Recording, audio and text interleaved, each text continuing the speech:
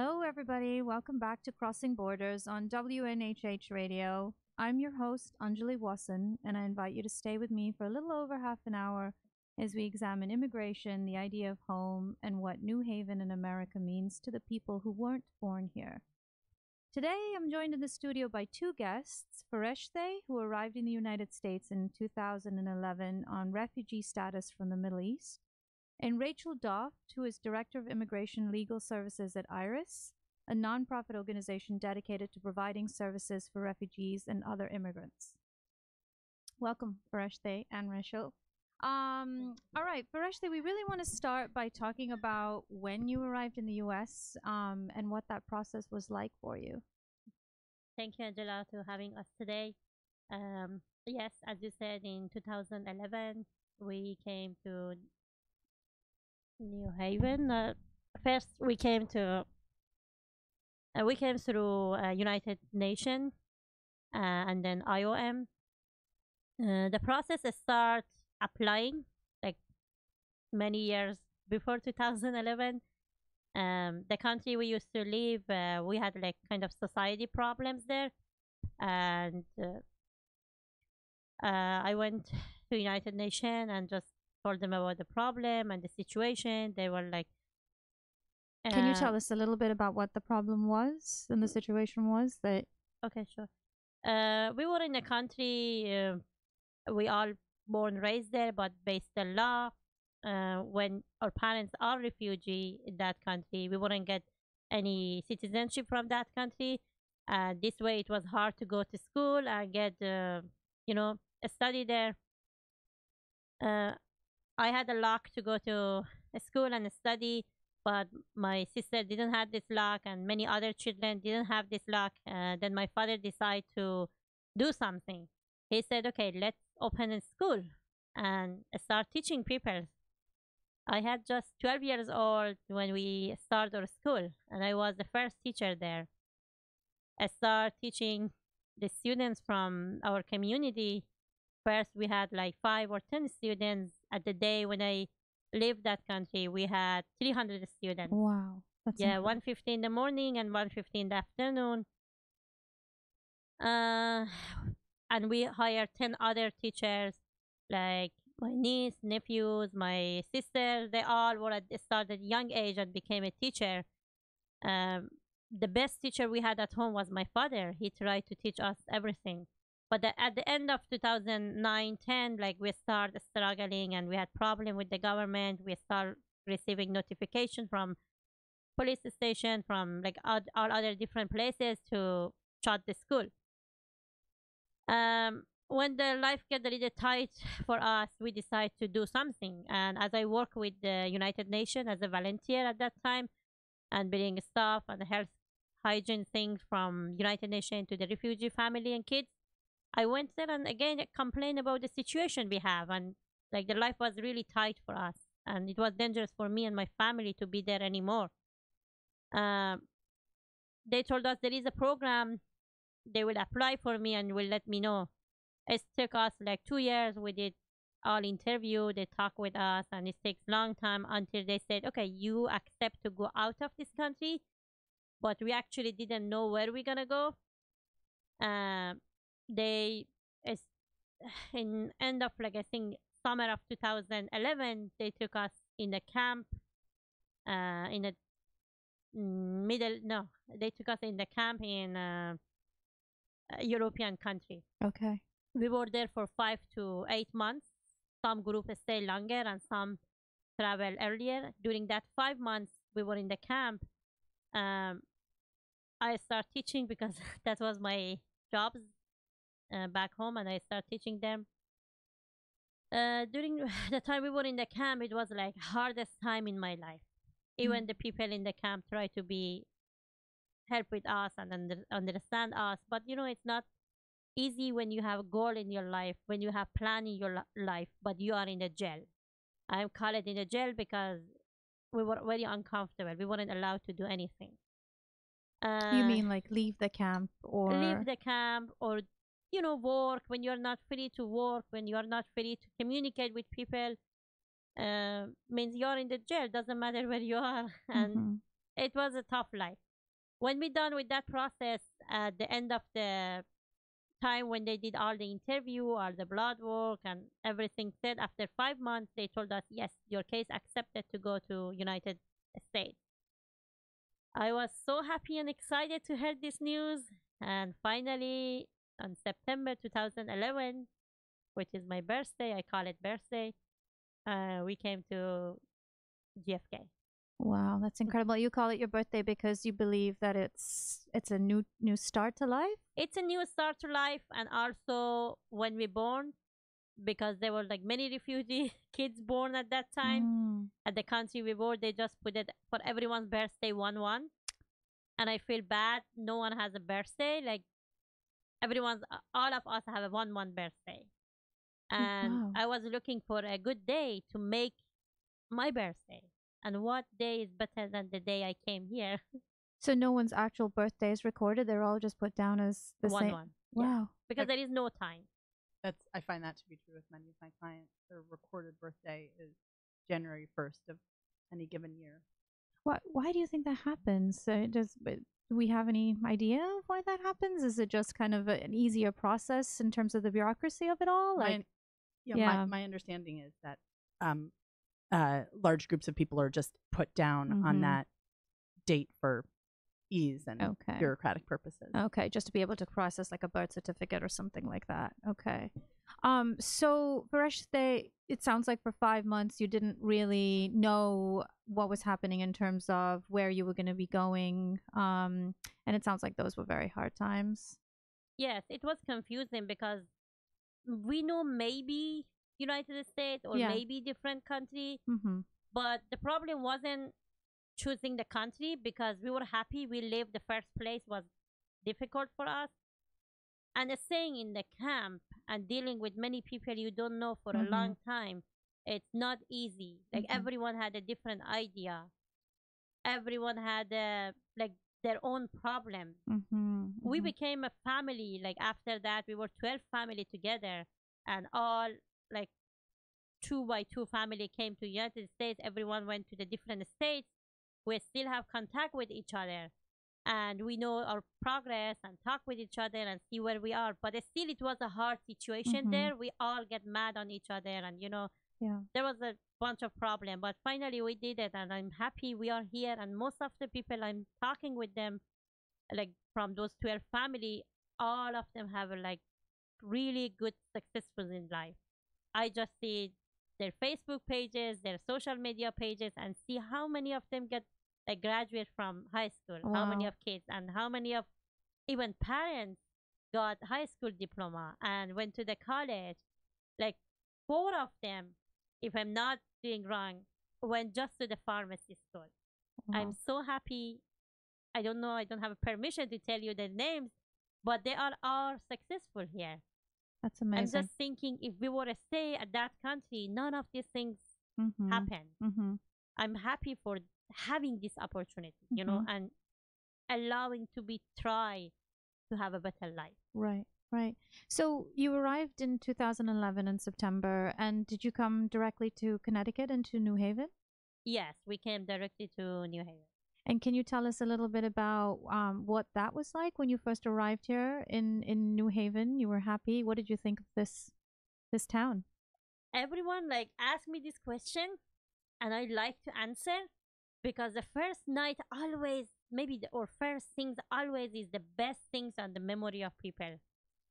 It means someone asked me, "Do you remember your teacher at the first grade?" And someone remember and someone no. I remember always. I remember always when I saw my caseworker, Miss Linda Bronstein. Now she's my coworker and also Oh. my mentor. She's helping me a lot, and I really, really love her like a mom. And let me just pause for a second. Yeah. So she was your caseworker at Iris, where Yes. okay, Yeah. where you now work too. Yes, I'm Okay. working now there as a healthcare coordinator at Iris. Okay. And Linda's your coworker, and she was first your caseworker. Yes. That's amazing. Yes. Now, like She's the something- longest serving Iris employee, Oh, I believe. really? Yeah, she's really amazing. Wow. She's really Okay. amazing. Like she did many things to me. Like when I had my first surgery on eyes, it was like really big surgery, and as I expected someone should come and visit me, that's the cultural thing we have, and I didn't have any family member here.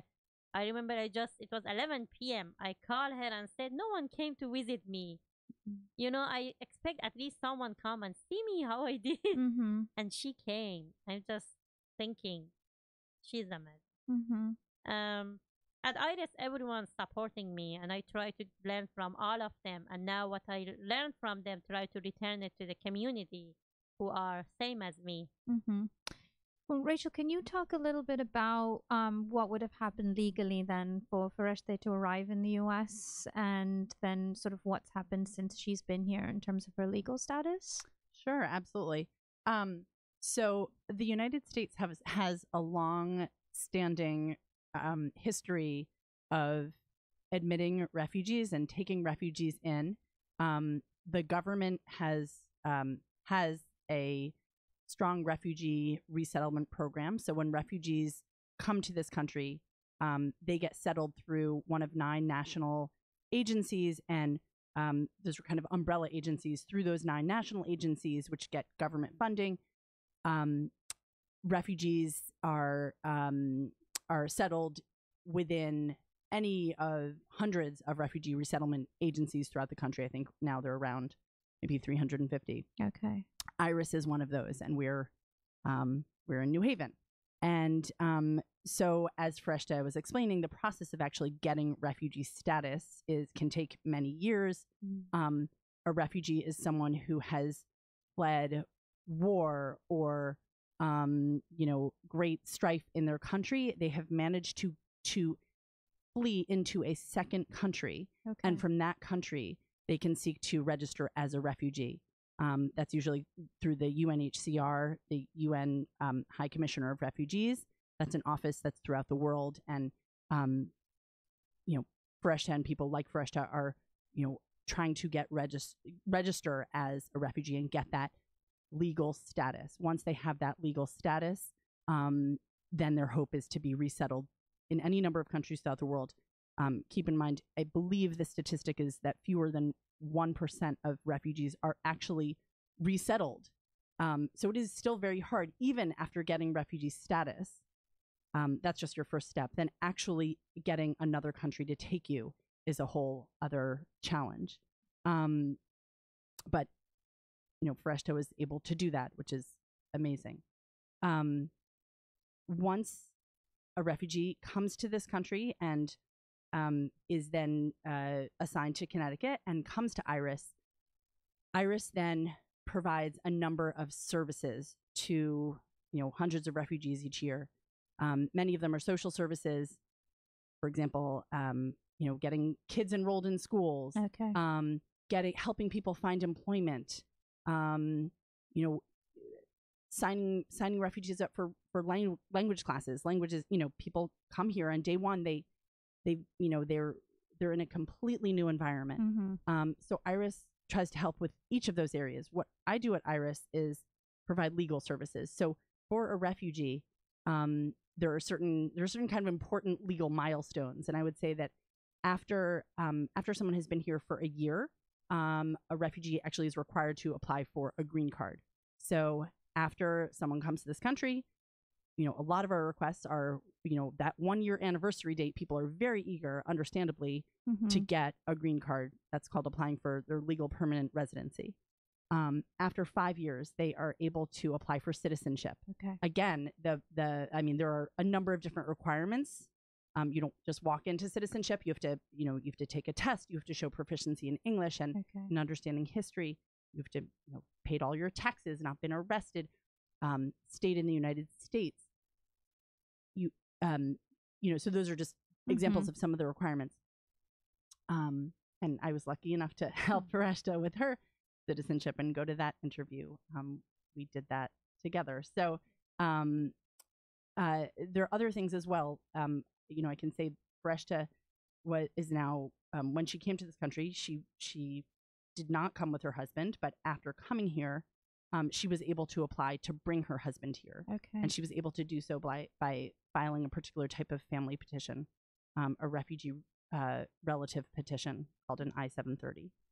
And through that, she was able to be joined by her husband here. Okay. That's something we were also able to do for her, and that was exciting. Yeah. So those are, so I don't know if that answers your question, but just to give you a sense of some of the things that, that refugees are able to do once they get here, and sort of along the path to citizenship. So there is some legal status, like even once you arrived in the country, it sounds like you're allowed to work straight away. Absolutely. And access health services. That's right. And education and things like that. Yep. Okay. Yep. So day one of being here, a refugee is legally allowed to work. And that's what's great. I mean, refugee status is a legally cognizable status. It offers certain benefits that other groups of immigrants don't have. Okay. Well, I just want to remind our listeners that they are tuning into Crossing Borders on WNHH Community Radio. We're talking to Fareshta, an immigrant on refugee status from the Middle East, and Rachel Doft, who is Director of Legal Services at IRIS in New Haven. They join us in the studio today to talk about what being a refugee in the United States means legally, and of course emotionally and culturally. And that's what I wanted to talk about next, Fareshta. It sounds like it's been a very kind of interesting few years. Do you mind talking a little bit about what it's been like culturally for you arriving here? What about in terms of the language? What was your English proficiency when you arrived, and what has it been like to have to get used to a society that speaks a different language than your native tongue? At the beginning, it was hard. My English wasn't that high. I just know, hi, how are you? But I had my bachelor from my country, like business administration. And I know some English words, but I wasn't able to talk. What I really loved to do was getting education. The time we came here, the situation wasn't that really good at the IRIS at that time. They couldn't provide that much financial help for us, and I have to do work, which everyone do it now, work and study together.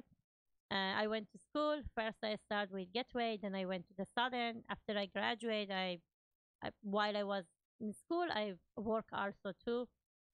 It wasn't easy. It really takes time for me to study. I teach myself. I taught myself and study like all the vocabulary, like everything. But I had amazing professors at Gateway, amazing professors at Southern. Some of them still in contact with me and working with me. This way I learned how to speak English and communicate with people. Then I found a job at the Yale New Haven Hospital as a medical interpreter and as a court interpreter. Then, when I get a little stable and found teaching job at University of New Haven, teaching job at Wesleyan, like I'm teaching language. This way I know like I'm a little ahead of others. Thanks God for this opportunity. I think there is a different community. Like last year, I had my internship at IRIS before getting job there. I create a project to help women who are pregnant, and they need like some, as you said, cultural clarification, and also what's the difference in culture between a woman, like educational classes for a maternity process and educational terminology and how the insurance system and others work in United States. Right. I created the project and went to the family's home and tried to teach them. And I found out there is like majority of the community, especially the community from my country, they came and sit in corner of the homes, cultural things and like language barrier, cold weather, having like children are, especially disabled children, or some of the mom, they are disabled, they cannot go to school and study. There is like a lot of opportunity. Iris has English class and adult education. There is many English classes around Connecticut, especially New Haven, but they are unable to get this opportunity. I came up with an idea of Elena's Light, which would be a small organization helping refugee and women uh, for tutoring English at their homes. Also, teach them how to prepare for the driving test Okay. to get permit. Now we have actually like 30 students who are volunteering from Yale, UNH, and Southern, and 15 women. We are serving like every day they have a class. Right now we are talking and there is like 2 classes going on and they are teaching at their homes. That's incredible. That's incredible. I mean, it sounds like it's such a lonely time for people when you can't fully access the community because of language barriers and, like you said, cultural barriers. And then I think sometimes we take for granted the logistical access we have, like driving, a driving license or even taking the public bus. It seems so insurmountable when you don't have the language or understand how much it costs or something like that. How wonderful that you are providing that service to people. And what do you sort of see as your future now in the U.S. and now that you're a citizen? What are your plans? Oh, I think I was all my life behind on some walls and couldn't walk. Now I'm here. I should not walk. I should run and have. I think I maybe have my life 60 years. I have to work 120 years. I have to make a double because I am in the country, have all the opportunity, and I have all the freedom. I can do what I want and why I should sit. I'm going all the meeting, I'm talking, I'm just doing all my jobs. I have 3 jobs right now and I'm working to have helping others. That's the 4th job. Also, I'm a mom and I have 2 kids. My next step and goals is in next 5 years to get my PhD, hopefully from Yale University. I'm trying to apply and everyone have me on your prey. Hopefully I can get in. Well, we'll definitely be rooting for you. I think everybody listening will be. Thank you. And Rashta, what does it mean to be a Muslim woman for you in America? What has that meant for you in terms of, how do you feel when sometimes you turn on the TV or open up a newspaper and there's a lot of anti-Muslim feeling in the media or from the president himself? How does that make you feel? It's a question. If you ask everyone, you are from this country, you are from such a this ethnicity, what do you feel when they're talking about you? It would be same question, like same answer for everyone. Everyone feels terrible. Yeah. It's not a good feeling because you are have a Muslim tag on you, because you have a color on you, because you are from different nationality. Anything happen negative, any woman, any human did this, it will be denied on you and your personality. I just believe on one thing. We all are human, and all humans from any gender, any nationality, any country can do mistake, can make a problem. It cannot be a Muslim. All the time anything happens, it make me sad. I'm just looking with my husband, oh, this attack happened, hopefully there is not Muslim. I don't want any more negative thing on us. When it's not Muslim, it's gonna be done after a week and no one gonna talk about it. If that happened by a Muslim, it will be on the news for a month and everyone say negative things. Honestly, I try to be not on the public that much because I don't want to make trouble for me and my family, especially my mother wearing hijab. We try to be a little more in corner when anything negative happen against Muslims. Yeah, I think it's just so hard to hear that and to know that people are made to feel that way. But I hear that a lot, that it makes people want to really fall under the radar because they feel so targeted. Rachel, can you talk a little bit about what the current administration and their policies around immigration and refugees, what does it mean for people arriving currently and the future of refugees arriving in the U.S.? Sure. So, one really tragic thing that has happened is that the numbers of refugees that the United States has agreed to admit has been cut drastically. So, right now, it's the total numbers of refugees admitted is the lowest it has been in many decades. The Trump administration made those cuts. So, And am I right in assuming that the president decides those yes, numbers? that's right. It's the executive who sets the numbers for Okay. each fiscal year. And there's certainly been some variation year to year, but they had been up at a certain number. I believe it was around maybe 70,000, 80,000 of refugees, 80,000 refugees admitted per year. Don't quote me on that, but it was something like that. I know that for fiscal year 2019, it is down to 30,000. And Wow. and rumor has it won't even be that many. That's just that's the maximum, or that's the technical number. But we'll be lucky, I guess, if we get that many. So many fewer people are Mhm. allowed to come. We can see that at Iris, we have many fewer people who are admitted. The vetting has increased. So whereas previously there was extensive vetting, Department of Homeland Security and USCIS, U.S. Customs and Immigration Services. So they had been doing a huge amount of vetting. That's it's a far more protracted effort at this point. So people are really trickling in, whereas they used to be kind of getting through the system more and more. Of course, there's also, as everyone knows, about the travel ban or the Muslim ban, which is really horrible and has been now upheld by the Supreme Court. Refugees are actually technically exempted from the travel ban. That's good, but for refugees, but it doesn't mean our clients aren't affected. They are. First of all, the vetting is taking so much longer, even if let's say a Syrian refugee can technically get through, whereas other Syrians would be banned. As I said, the vetting is taking so much longer, so in practice, many fewer people are coming. The travel ban also affects our clients because they can't bring over other people in the way that they once could. So Brecht is a perfect example.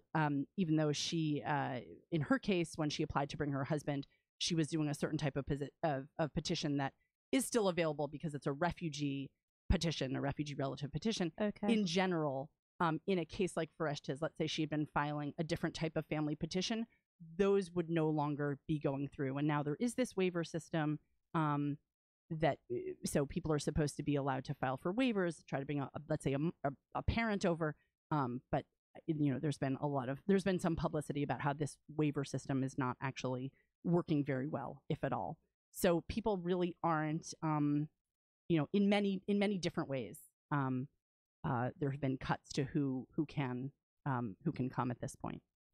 The future sounds a little gloomy in terms of the numbers, as you said. So, and I mean, again, I know probably the answer to this is very complicated, but it sounds like the wait times are increased in terms of the vetting, and then people are languishing in these camps with a very unclear idea of where they're headed. And that's a dramatic decrease. I mean, you said around 70 to 80,000 under the Obama administration, and it's dropped down to 30. That's right. With Trump.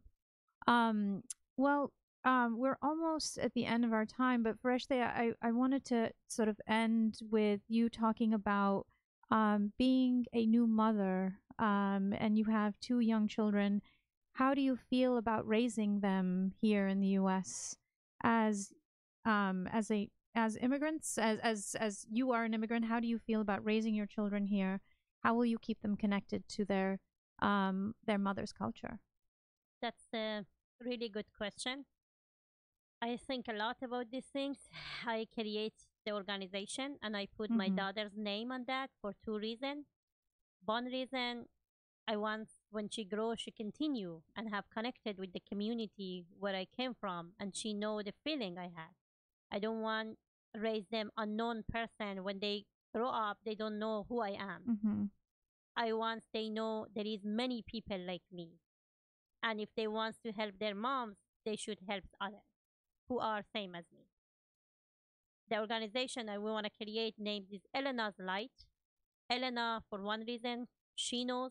The second reason, in some of part of my country and Middle East, if you call a woman's name, it's a taboo. They call it Raza's sister. They call it